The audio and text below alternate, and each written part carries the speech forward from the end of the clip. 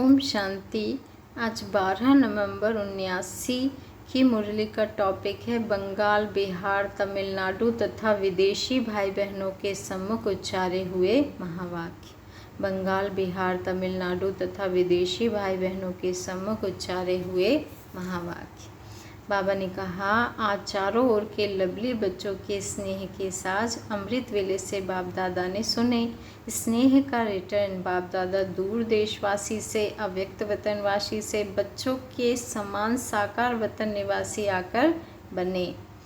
स्नेह का स्वरूप है समान बनना, तो बाप दादा समान स्वरूप में स्नेह का रिटर्न दे रहे हैं। अब बच्चों को क्या रिटर्न करना है? जब बाप बच्चों के समान बन सकते हैं तो बच्चों को भी समान बनना है, यही स्नेह का रिटर्न है। सेकंड पॉइंट है, अब इस वर्ष में कौन सी विशेष समानता दिखावेंगे? समय की रफ्तार तीव्र गति से चल रही है। बाप दादा की सर्व सृष्टि की आत्माएं बाबा ने कहा, बाप दादा की सर्व सृष्टि की आत्माएं बाप दादा और आप सर्व परम पूज्य आत्माओं के प्रति संकल्प द्वारा भिन्न भिन्न रूप से एक अर्जी रख रहे हैं। उस अर्जी को पूर्ण करने वाले आत्माओं की अर्जी की आवाज़ सुनते हो। अमृत वेले का महत्व। अब बाबा ने इस टॉपिक पे समझाया है अमृत वेले के महत्व पर। अमृत वेले का महत्व। थर्ड पॉइंट है, अमृत वेले चारों ओर के तमोगुणी वातावरण या वाइब्रेशन के वायुमंडल में प्रायः लोप स्थिति का समय होता है, अर्थात तमोगुण का प्रभाव दबा हुआ होता है। ऐसे समय पर सहज ही पुकार और उपकार होता है। पुकार सुनना भी सहज है, उपकार करना भी सहज है, वरदान लेना भी सहज है और दान देना भी सहज है, क्योंकि वातावरण वृत्ति को बदलने वाला होता है। ऐसे समय पर आप सर्व वरदानी आत्माओं की स्वयं की स्थिति भी बाप की विशेष वरदानों की छत्र छाया के कारण बाप के समान संपन्न और दातापन की होती है। ब्रह्मलोक के निवासी बाप विशेष रूप से ज्ञान सूर्य की लाइट और माइट की किरणें विशेष बच्चों को वरदान रूप में देते हैं।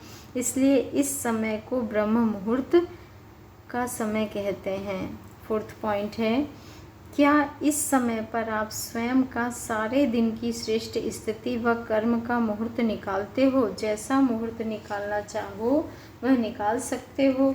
साथ साथ अव्यक्त वतनवासी ब्रह्मा बाप भाग्य विधाता के रूप में समृद्ध वेले भाग्य अर्थात अमृत बांटते हैं।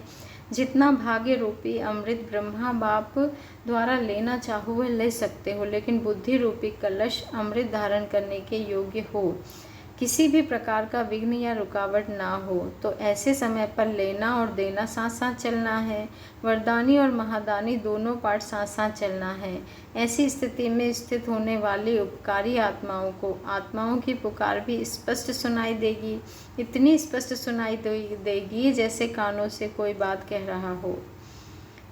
पुकार पर उपकार कैसे? बाबा ने अगले टॉपिक पे डिटेल किया है कि पुकार पर उपकार कैसे। पांचवा पॉइंट, जो वर्तमान समय सर्व की एक ही पुकार कौन सी है वह जानते हो? धार्मिक नेताओं, राजनेताओं और सर्वश्रेष्ठ साइंस वाले और साथ साथ आम जनता की एक ही पुकार है कि अब जल्दी में कुछ बदलना चाहिए।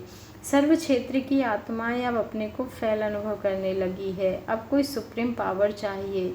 इस चाहना का दीपक व इस आवश्यकता को महसूस करने के संकल्प का दीपक जग चुका है। अब उसको और तेज करने के लिए आप सर्व आत्माओं के संकल्प का घृत चाहिए, जिससे सर्व की पुकार के ऊपर उपकार कर सको। आज 2-4 बार बीच बीच में बिजली जाती रहती थी।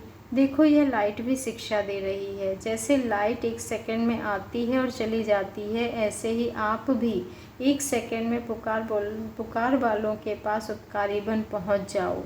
ऐसा अभ्यास आने और जाने का हो। अभी अभी पुकार सुनी और अभी अभी पहुँचे।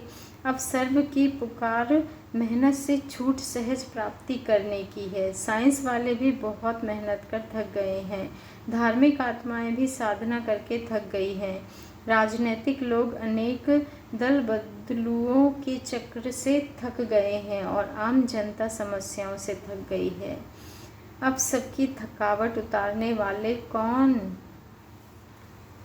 द्रौपदी के पांव दबाने का अर्थ। अगला टॉपिक है द्रौपदी के पांव दबाने का अर्थ। 6वें पॉइंट में बाबा ने इसे समझाया है। जैसे कल्प पहले के यादगार शास्त्रों में वर्णन है कि स्वयं बाप ने द्रौपदी के पांव दबाए, तो बाप समान उपकारी बच्चे बन सर्व आत्माओं की थकावट मिटाओ। अब बुद्धि रूपी पांव थक गए हैं, बुद्धि में स्मृति के स्विच को दबाओ। यही बुद्धि रूपी पांव दबाना है। 7वां पॉइंट है, अब सुना इस वर्ष क्या करना है। 1 सेकंड में झलक और फरिश्तेपन की फलक दिखाओ। यही बाप के स्नेह का रिटर्न है। अन्य आत्माओं की समस्याओं का समाधान स्वरूप बनने से स्वयं की समस्याएं स्वतः ही समाप्त हो जाएंगी। इसलिए अब समाधान स्वरूप बनो। 1 वर्ष में ऐसा स्वरूप परिवर्तन किया है ना।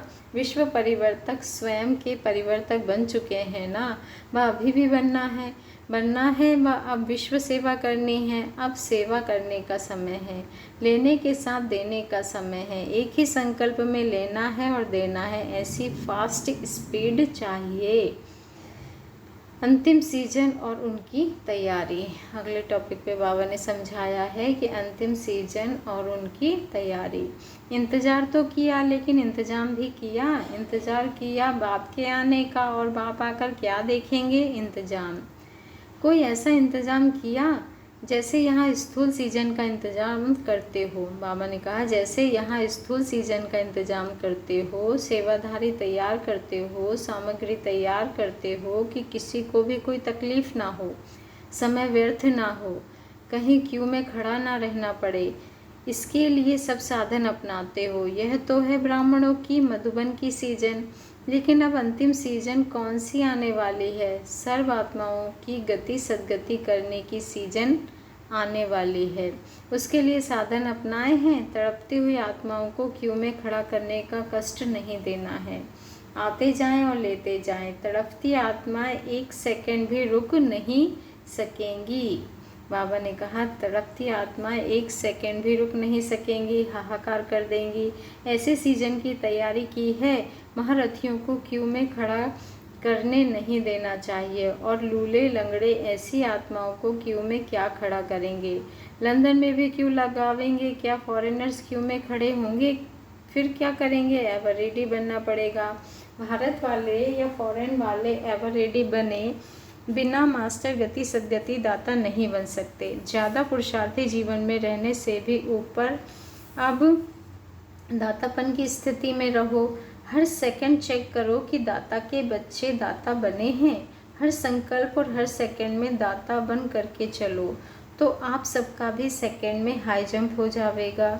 देने में बिजी होंगे तो माया भी बिजी देखभाल करने के बजाय नमस्कार करेगी। समझा? अब क्या करना है? चारों ओर के बच्चों को जो साकार रूप से भले दूर हैं लेकिन स्नेह से समीप हैं, ऐसे स्नेही और समीप बच्चों को बाप दादा समान भव के वरदान से याद का रिटर्न दे रहे हैं। बिजली बंद।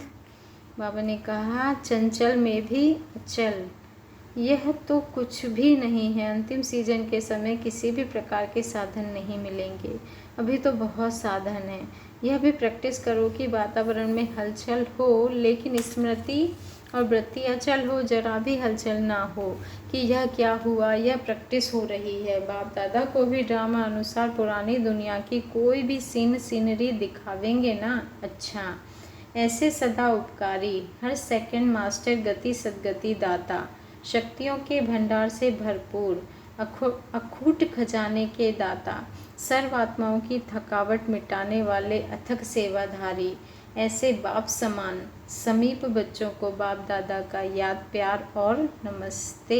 ऐसे प्यारे प्यारे रूहानी बाबा को भी हम बच्चों का याद प्यार, गुड मॉर्निंग और नमस्ते नमस्ते नमस्ते। शुक्रिया बाबा, शुक्रिया।